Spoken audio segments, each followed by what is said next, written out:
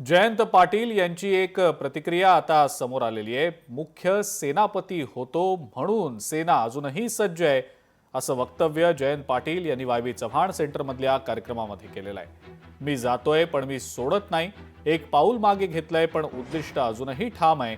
नाव असेल किंवा नसेल पण कामातूनच ओळख मिळेल असं सुद्धा जयंत पाटील यांनी म्हटल्याचं समजतंय।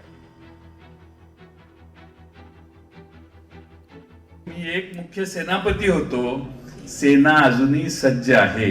मी जातो आहे पण सोडत नाही, एक पाऊल मागे घेतलंय पण उद्दिष्ट अजूनही ठाम आहे। कालही महाराष्ट्रासाठी होतो, आजही आहे।